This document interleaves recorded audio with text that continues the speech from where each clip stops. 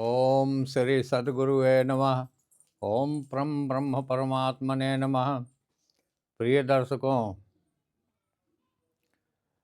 परम वेद तत्व ज्ञान मार्ग चैनल पर आपका बहुत बहुत शुभकामनाएं हैं। प्रत्येक दिन की भांति आज भी अपना मैं कथा प्रारंभ करने जा रहा हूं। आज का विषय है मानव का सबसे बड़ा शत्रु कौन। यही शीर्षक है। मनुष्य का सबसे बड़ा शत्रु जो है वह है 5 चीजें, 5 शत्रु हैं।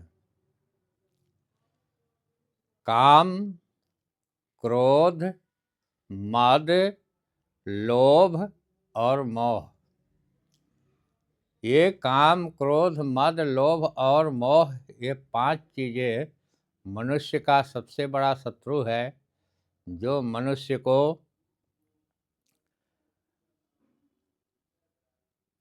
विकास से ह्रास की ओर पहुंचाता है। पहला शत्रु काम जो है, आप काम सूत्र में बंध जाते हैं। काम का मतलब केवल एक पत्नी प्रसंग ही नहीं है, बल्कि सारी वासनाओं से यह जुड़ा हुआ है। मन में विभिन्न वासनाएं आपको आती हैं।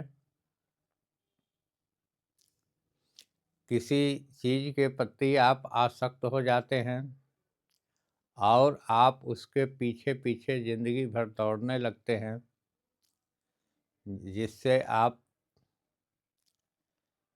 उस काम वासना की जब आपूर्ति नहीं होती है तो दूसरा शत्रु आपको खड़ा हो जाता है, वह क्रोध। आप क्रोधित होते हैं, और जब क्रोधित होते हैं तो आपका क्रोध जो है आपके मनोबल को तोड़ देता है। वह शत्रु रूप में परिणत हो जाता है। क्रोध में आकर, आवेश में आकर आप अपने से सारी कामों को बिगाड़ देते हैं, अनायास शत्रुओं को खड़ा करते हैं, किसी को अप्रिय वाणी बोल देते हैं। यहाँ तक क्रोध में आकर, क्रोधावेश में आकर आप झगड़ा, झंझट, मारपीट, छोड़े छोटी झंझट से बड़ी झंझट तक आप पहुँच जाते हैं, जिससे आपकी उन्नति नहीं बल्कि अवनति होती है। काम, क्रोध, मोह, किसी के प्रति आप मोहित हो जाते हैं। मोह आपको घेर लेता है, उस मोह से आप टूटते नहीं हैं। मोहित हो जाते हैं तो उसके सामने आपको कोई भी संसार की वस्तुएं तुच्छ और नाचीज लगता है। ऐसे मोह के बंधन जो है आपको इतना जकड़ करके बांध लिया है कि उस बंधन से आप छूट नहीं पाते हैं, जिससे आप गर्त में जाते हैं। देखिए, महाभारत युद्ध के समय में जब अभिमन्यु का वध हुआ, कुरुक्षेत्र में दोनों दल, कौरव और पांडवों का दल, दोनों युद्ध के लिए आमने सामने हो गए। उसी समय अर्जुन को मोह उत्पन्न होता है अपने सगे संबंधियों पर, कि हमारे सगे संबंधियों पर मैं कैसे धनुष उठाऊं, कैसे धनुष चलाऊं।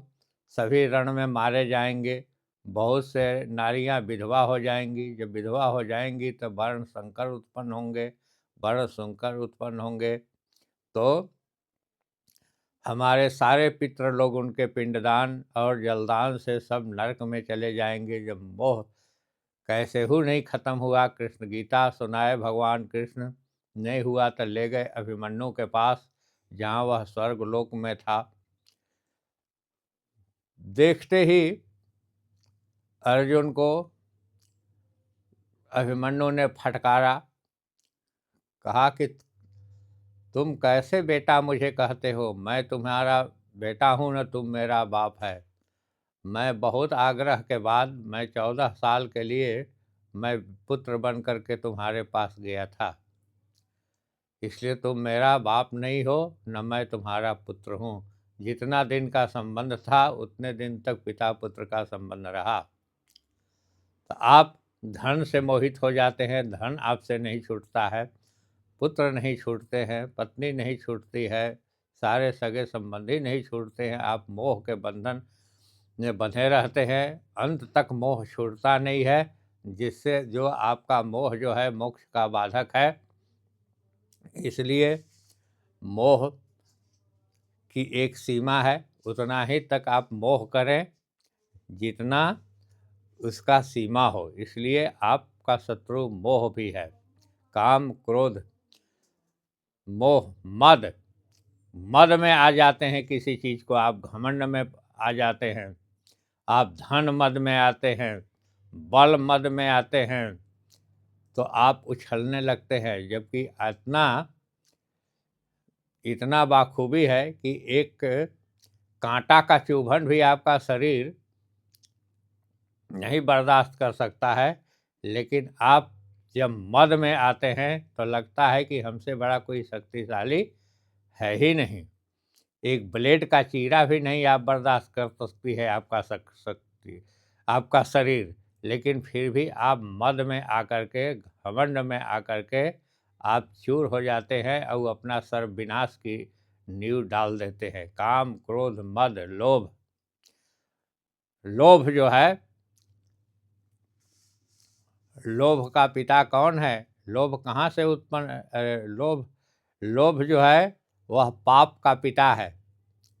लोभ, जितना ही लोभ करोगे, लोभस्य पापः कारणम, लोभ से उत्पन्न पाप होता है। आप जब लोभ में आते हैं तो मदान्ध हो जाते हैं, कहीं कुछ सूझता नहीं है, किसी चीज़ की प्राप्ति के लिए इतना उन्मत्त हो जाते हैं कि आप सर्वविनाश की ओर आगे बढ़ने लगते हैं। और अहंकार, घमंड, अहंकार जो है आपको ले डूबता है, अहंकार का ही विनाश होता है। देखो, रावण ने अहंकार किया। रावण का अहंकार था कि मैं चलता हूँ तो पृथ्वी डोलती है, देवता लोग मैं गरजता हूँ तो सारे जंगल में छिप जाते हैं, पहाड़ों की खोह में चले जाते हैं। बात भी सच्चाई है, लिखा भी है कि चलत दशानन डोलत अवनी, गरजत गर्भ स्रवहि सुर रौनी। रावण को हार का अहंकार था कि मैं चलता हूँ तो पृथ्वी डोलती है, गरजता हूँ तो देवांगनाओं का गर्भपात हो जाता है। रावण आवत सुनहु सकोहा, देवन तके उमेरु गिरि खोहा। देवता लोग जब जानते हैं कि रावण आ रहा है तो रावण के भय से देवता लोग जाकर के कंदराओं में छिप जाते हैं। इतना ही नहीं, 20 उसको बल घमंड था कि 20 पयोधि अगाध अपारा, जो कोई सूर न पावहि पारा। रावण कहता था कि मेरा 20 भुजा जो है 20 समुद्र के समान बलवान अगाध है, उसमें अपार शक्ति है। लेकिन आज वही रावण अपना बल का प्रलाप करते करते वह राम को भी नहीं समझ सका, जिससे अहंकार का विनाश हुआ। मेघनाद, कुंभकर्ण, दुर्योधन जब चलता था तो उसके पैर में लक्ष्मी का चिन्ह था, खचाखच कमल का चिन्ह था, कमल खचाखच खिलता था वह दुर्योधन। इतना ही नहीं, बड़े बड़े योद्धा लोग आए, जो अहंकार में आए वो गए। बलि विक्रम बेणु दधीचि गए, अरु पारथ गए जिन भारत ठाना। बाली गए बलराम गए, जिनके कखरी 10 शीस समाना। अरे गयो दुर्योधन जंग जुरे, जिन 64 कोस में छत्र बिताना। धरा के प्रमाण यही तुलसी, जो फरा सो झरा, जो बरा सो बिताना। जो फल पेड़ में लगते हैं, फल नीचे गिरते हैं, जो दीप जलती है वह बुझ जाता है। तो बड़े बड़े अहंकारी मधु, कैटभ, प्रताप, भानु, ये सबको लोभ मोह घमंड ये सताया, जिसके चलते इनका विनाश हुआ है। बलि भी चले गए, विक्रम भी गए, दधीचि चले गए, ये सारे के सारे जो आए धरातल पर, ये सब अहंकार, ये पांचों शत्रु काम क्रोध मद लोभ मोह के चलते इनका विनाश हुआ। विनाश अगर होता है तो अहंकार का ही होता है। ये पांच चीज़ें जो है मनुष्य का सबसे बड़ा शत्रु है। इनसे बचें। अगर इनसे बचते हैं तो आपका सारा पृथ्वी जो है मित्रवत है, आपका सारा शत्रु हितैषी है। आप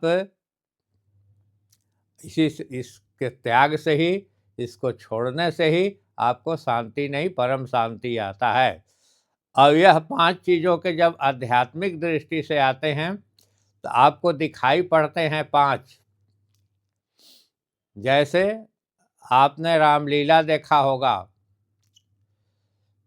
जो एक दिन राम का स्टेज पर चढ़ के पाठ करता है, वह दूसरे दिन दशरथ भी बन जाता है, तीसरे दिन रावण भी बन जाता है, चौथा दिन मेघनाद भी बन जाता है, पांचवा दिन कुंभकर्ण भी बन जाता है।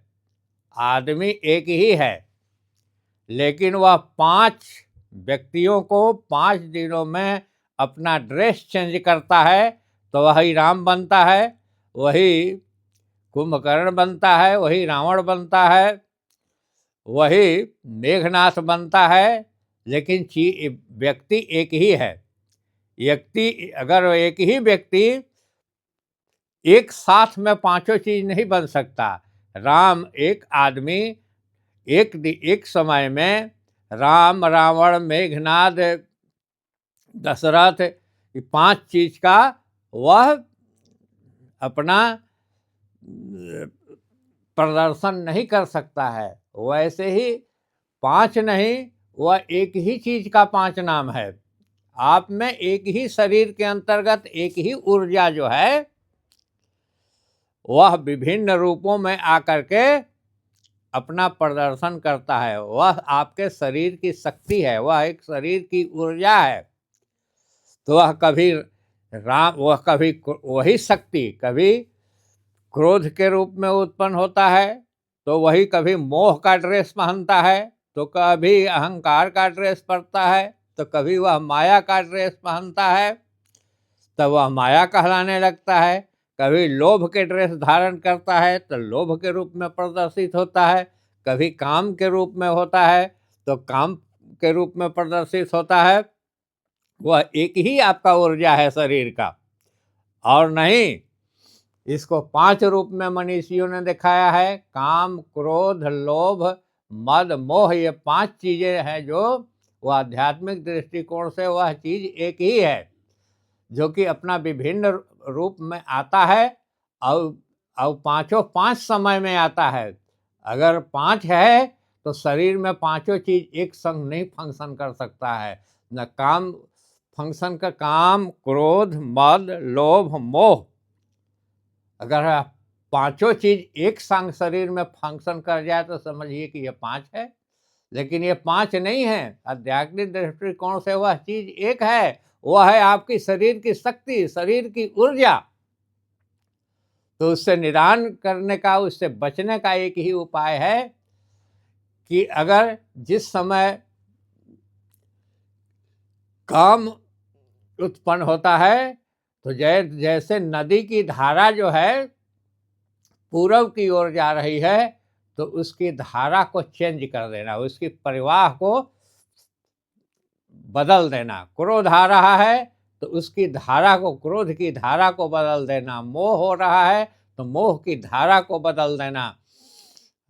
लोभ आ रहा है तो उस लोभ की धारा, लोभ रूपी नदी की धारा को रूट चेंज कर देना है। तो वैसे ही पांचों चीज जब जब आवे आपके शरीर पर, तब उसका रूट आप चेंज कर दीजिए, उससे आप विजय प्राप्त कर देंगे। रूट चेंज कहाँ करना है? वह एक ही रूट है, परमपिता परमेश्वर का ध्यान करना, परमपिता परमेश्वर में लगा लेना। जब पांचों पारा-पारी जब भी फंक्शन करने लगे, तो उस पांच काम, क्रोध, मद, लोभ, मोह की जो नदी की धारा है, उसको मोड़ करके परमपिता परमेश्वर में लगा दो। आपको काम, क्रोध, मोह, लोभ, मोह रूपी नदी की धारा से आप बच जाएंगे, और उस धारा को परमपिता परमेश्वर में लगा दो। यही पांचों शत्रुओं पर विजय प्राप्त करने का सबसे सरल उपाय है, सबसे बढ़िया उपाय है। इन पर आपने जब जीत लिया, तो दसों इंद्रियों पर जीत आपको हासिल हो गई, और आप मोक्ष की ओर बढ़े, अमरत्व की ओर बढ़ सकते हैं, और आपका सर्वांगीण विकास हो सकता है, आपका कल्याण हो सकता है। इस लोक में भी कल्याण होगा, परलोक में भी कल्याण होगा। इन्हीं शब्दों के साथ मैं आज की कथा को समाप्त करता हूँ। आपसे अंत में आग्रह करता हूँ कि आप इस चैनल को सब्सक्राइब करें, लाइक करें, बेल आइकन घंटी पर को दबावें, ताकि मैं अगले दिन आपको कथा सुना सकूं। ओम श्री गुरुवे नमः।